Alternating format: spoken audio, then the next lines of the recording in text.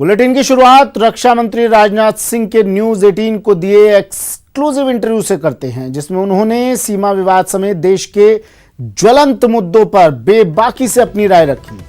पड़ोसी पाकिस्तान को लेकर रक्षा मंत्री राजनाथ सिंह ने कहा कि पाकिस्तान अपनी हरकतों से बाज नहीं आता है और इसीलिए भारतीय सेना पाकिस्तान को जवाब देती है। न्यूज 18 नेटवर्क के मैनेजिंग एडिटर अमीश देवगन ने रक्षा मंत्री राजनाथ सिंह से खास बातचीत की। साथ ही उन्होंने पड़ोसी नेपाल को भाई करार दिया। राजनाथ सिंह ने कहा कि नेपाल को लेकर किसी भारतीय के मन में कोई कटुता नहीं है और मिल बैठकर सारे मुद्दे सुलझा लिए जाएंगे।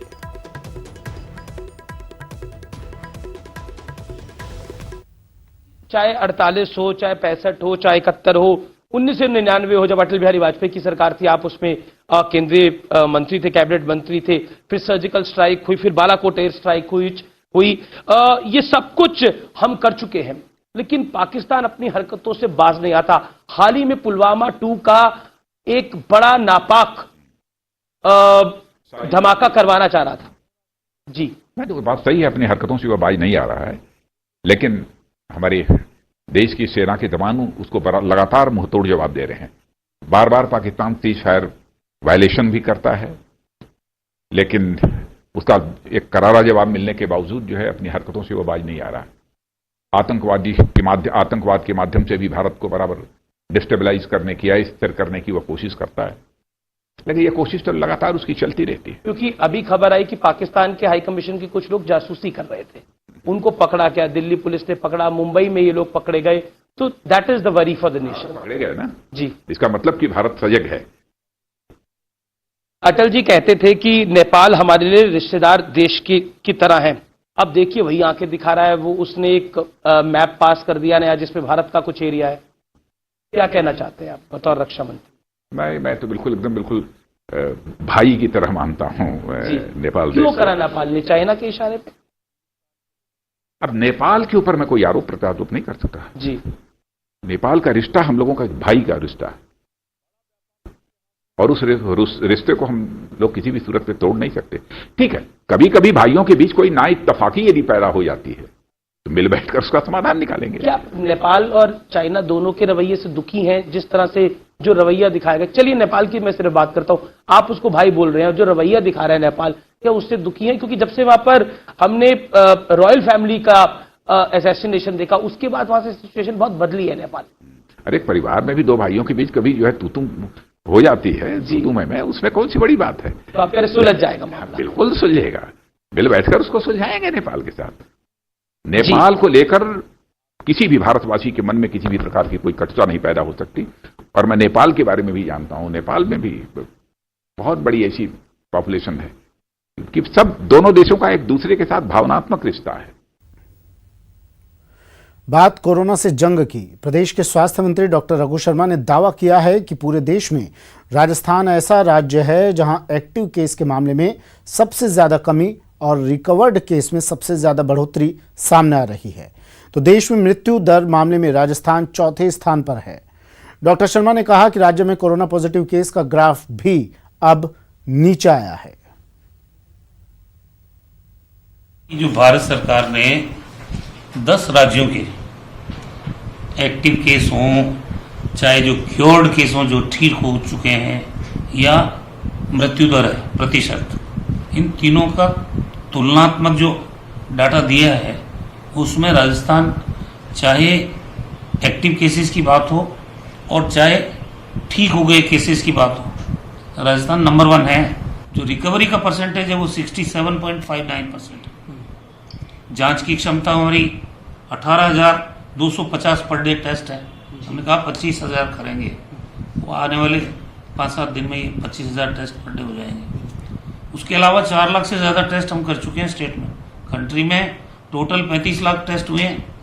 अकेले SMS अस्पताल ने 1,10,000 टेस्ट किए हैं। तो हम टेस्टिंग में भी आगे हैं। हमारा रिकवरी का प्रतिशत भी बहुत शानदार है और यहाँ मृत्यु दर भी सबसे कम है। अभी राजस्थान में जो एक्टिव केसेस हैं वो है 2803। उसमें से जो माइग्रेंट आए, प्रवासी राजस्थानी आए, उनके केसेस है 2620।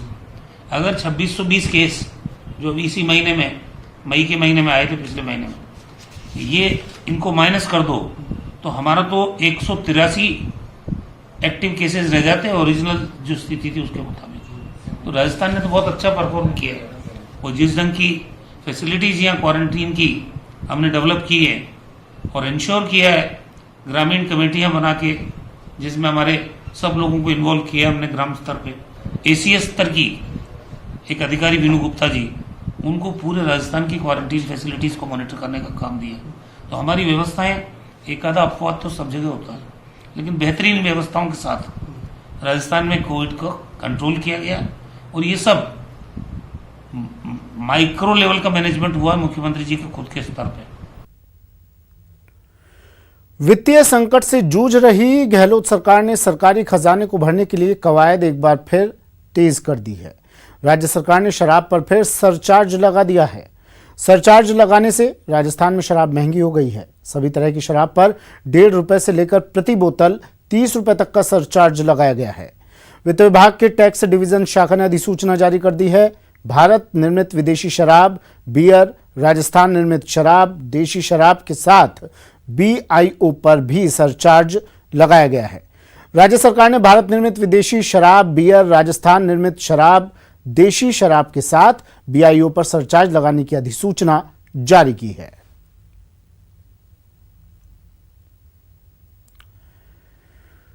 जयपुर निगम को कोरोना संकट का बड़ा झटका लगा है। हालत अब यह है कि निगम के खर्चे ज्यादा और आमदनी कम है, इसलिए इससे निपटने के लिए निगम ने तैयारी शुरू कर दी है। ये रिपोर्ट देखिए। कोरोना संकट में निगम कंगाल, आमदनी कम, खर्चा ज्यादा। एक्शन में जयपुर नगर निगम, अब टैक्स वसूली की तैयारी। जी हां, कोरोना के संकट की घड़ी में जयपुर नगर निगम कंगाली के कागार पर पहुंच गया है। आलम यह है कि खर्चे बढ़ गए हैं और आमदनी नहीं हो पा रही है, लिहाजा निगम की राजस्व शाखा अब राजस्व जुटाने की तैयारी में है। शहर की सरकार 30 सितंबर तक ड्यूटी टैक्स और हाउस टैक्स की पेनल्टी और ब्याज में दी जाने वाली छूट की जानकारी अब जनता तक पहुंचाएगी, जिससे ज्यादा से ज्यादा लोग अपना टैक्स जमा करा सकें। लॉकडाउन होने की वजह से चूंकि लोगों की सारी व्यापारिक गतिविधियां एकदम ब्लॉक हो गई थी, तो हमारे नगर निगम के राजस्व पर भी इसका विपरीत प्रभाव पड़ा है। मैं पिछले साल की यदि तुलना करूं तो पिछले साल इन दोनों लगभग 22 करोड़ रेवेन्यू नगर निगम को प्राप्त हुआ था और आज एजेंट रेट जो है लॉकडाउन की वजह से हमें केवल 3.5 करोड़ के करीब रेवेन्यू प्राप्त हुआ है। लॉकडाउन के चलते सब कुछ ठप हो गया था। सरकारी दफ्तर में काम नहीं हो रहे थे और तमाम व्यापारिक गतिविधियां भी बंद रही थी, जिसकी वजह से इन नए वित्तीय वर्ष में जो राजस्व हासिल करना था वो नहीं हो पाया। लेकिन अब अनलॉक 1.0 से उम्मीदें बढ़ गई हैं। हालांकि इस नए वित्तीय वर्ष में सिर्फ 3.5 करोड़ रुपए ही अर्जित हुए। पिछले साल करीब 22 करोड़ रुपए अर्जित हुए थे। ये 22 करोड़ रुपए शुरुआती दौर में अर्जित हुए थे। वहीं निगम की राजस्व शाखा ने टैक्स के बड़े बकायेदार सरकारी विभागों की कुंडली भी तैयार की है। इन विभागों से निगम के आयुक्त स्तर पर टैक्स जमा करवाने के लिए बातें की जा रही है। हमारे कमिश्नर साहब की तरफ से बड़े डिपार्टमेंट, जो सरकारी डिपार्टमेंट से मुफ्त पैसे की जो टैक्स की बकायत है, उनको भी हम पत्राचार कर व्यक्तिगत संपर्क करने का प्रयास कर रहे हैं, ताकि रेवेन्यू आए और नगर निगम के जो आम जनता से जुड़े काम है सुचारू रूप से चल सके। बहरहाल लॉकडाउन के दौर में निगम का विभिन्न कार्यों पर खर्च ज्यादा हुआ है और आमदनी कम। ऐसे में जल्द राजस्व वसूली में तेजी नहीं हुई तो आगामी दिनों में आर्थिक कंगाली का असर शहर के विकास कार्यों पर भी दिख सकता है। दीपक व्यास, न्यूज़ 18 राजस्थान, जयपुर। प्रदेश में खाकी बनाम खादी का विवाद कोई नया नहीं है, लेकिन आज इसमें नया अध्याय जुड़ा है, जहां खाकी को खादी के सपोर्ट का भरोसा दिया जा रहा है।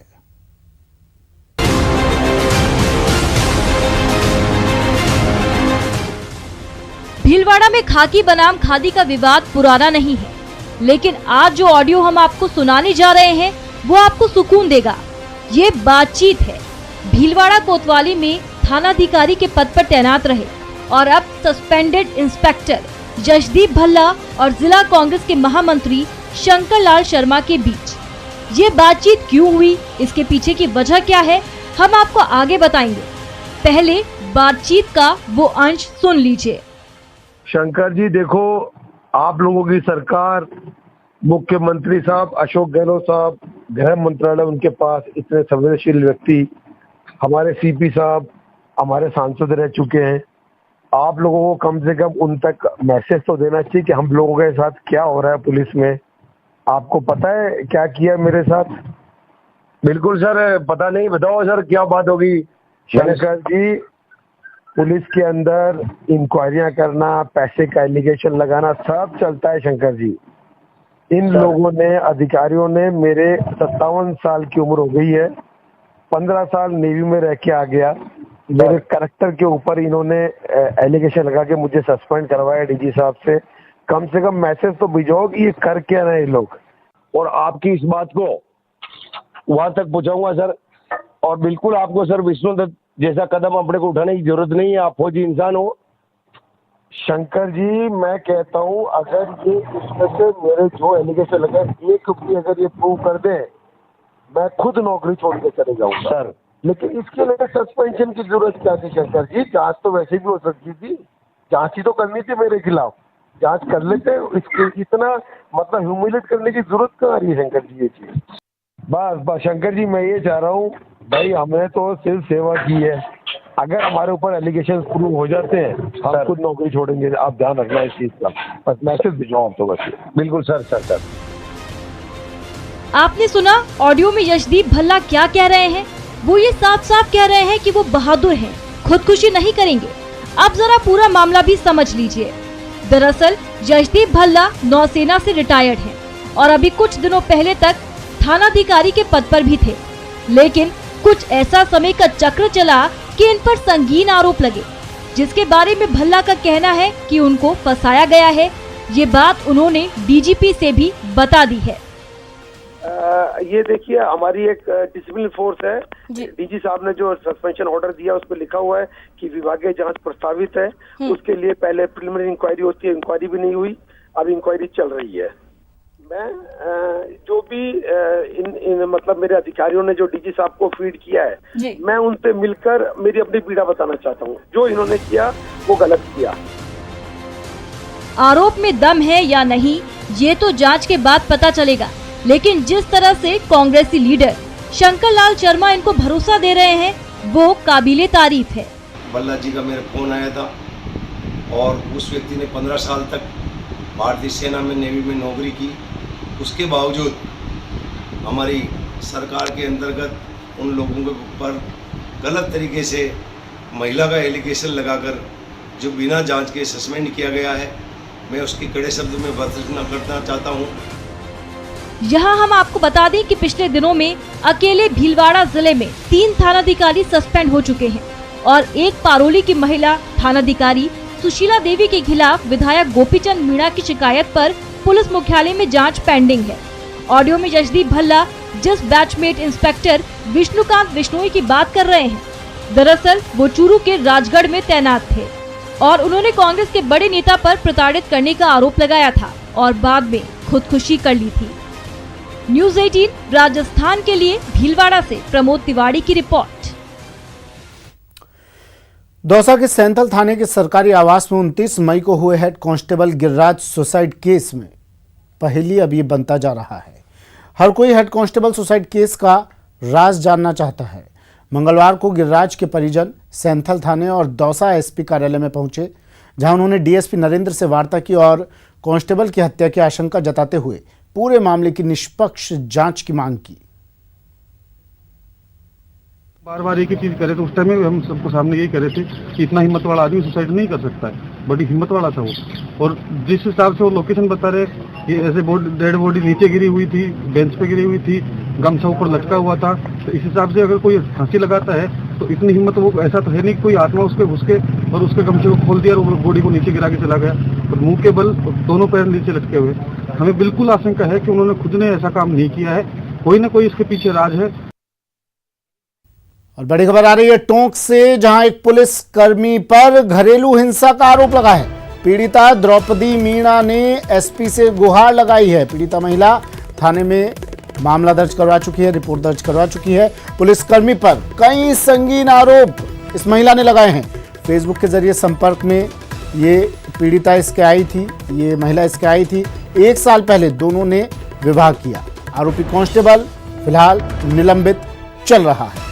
बड़ी खबर टीवी स्क्रीन पर, पुलिसकर्मी पर घरेलू हिंसा का आरोप।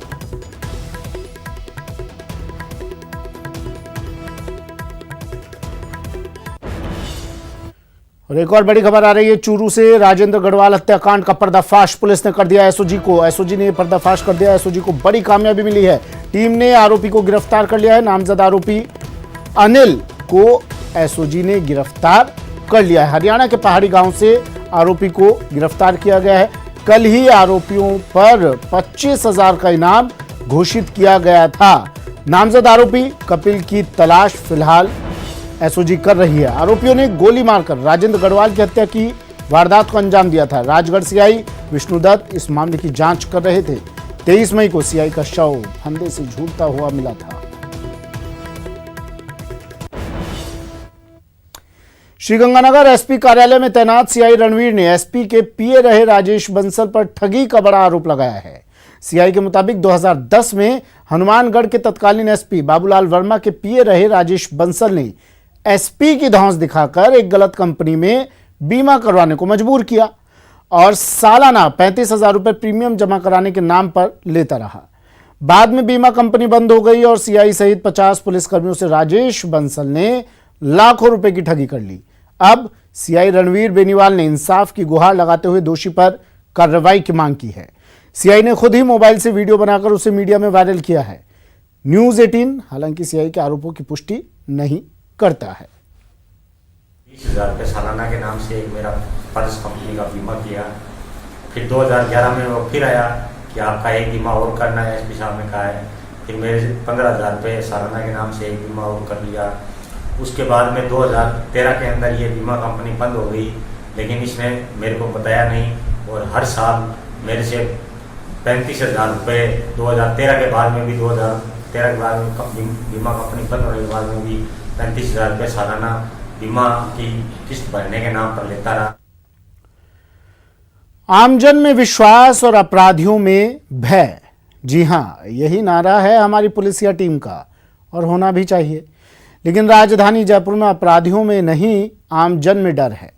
खातीपुरा में एक निजी कंपनी में काम करने वाली 2 युवतियों ने कंपनी मालिक पर छेड़छाड़ का मामला दर्ज करवाया था। झोटवाड़ा थाने में 20 मार्च को यह मामला दर्ज करवाया गया था, लेकिन आज तक इसमें कोई कार्रवाई करने की जहमत पुलिसकर्मियों ने नहीं उठाई। ये दोनों युवतियां यूआरजी कंपनी में काम करती थी। आरोपी खुलेआम घूम रहे हैं और युवतियों को अब धमकी भी दे रहे हैं। 2 महीने बाद भी कोई कार्रवाई नहीं होता देख दोनों युवतियों ने अब उच्च अधिकारियों के पास भी गुहार लगाई, लेकिन अब तक कोई कार्रवाई करना शायद खाकी ने मुनासिब नहीं समझा। मेरे घर पे भी वो लोग रात के 11-11 बजे, कभी 1:30 बजे आके मुझे कंटिन्यू फ़ोन कर रहे हैं और घर के बाहर निकल के बोलते हैं कि या तो तुम घर के बाहर निकलो वरना हमें मजबूरन अंदर आना पड़ेगा। रिपोर्ट मैंने दर्ज कराई थी बट उन्होंने कोई कार्रवाई नहीं की अभी तक। क्या कहते हैं पुलिस वाले? पुलिस वालों का तो कुछ कहना नहीं है सर, वो सिर्फ इतना ही बोलते हैं कि हो जाएगा सब कुछ सही, हम कॉल करके बोल देंगे उनको, या फिर लॉकडाउन का बहाना ले रहे हैं कि लॉकडाउन के बाद देखते हैं, अभी हाल फिलहाल कुछ। भरतपुर में एसीबी की टीम को बड़ी कामयाबी मिली है। एसीबी ने बड़ी कार्रवाई करते हुए जिले के पहाड़ी पंचायत समिति के जेटीए रविंद्र सिंह को रिश्वत लेते धर दबोचा। इसके साथ ही रिश्वत के 5,000 रुपए भी जब्त कर लिए। एसीबी की इस कार्रवाई से पंचायत समिति कार्यालय में हड़कंप मच गया है। जेटीए रविंद्र सिंह ने बमनवाड़ी ग्राम पंचायत की नरेगा योजना की मस्ट रोल को पास करने के एवज में 5,000 की रिश्वत मांगी थी।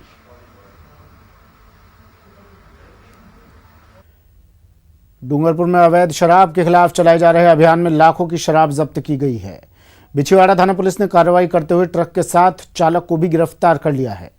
पुलिस को मिली सूचना के बाद हाईवे पर नाकेबंदी की गई। इस दौरान उदयपुर की ओर जा रहे एक मिनी ट्रक को रोका गया तो उसमें सब्जी के कैरेट में शराब की बोतलें भरी हुई मिली। चालक ने बताया कि ट्रक को गुजरात ले जाया जा रहा था। पुलिस ने ट्रक से 90 कार्टन शराब जब्त कर चालक को गिरफ्तार कर लिया है।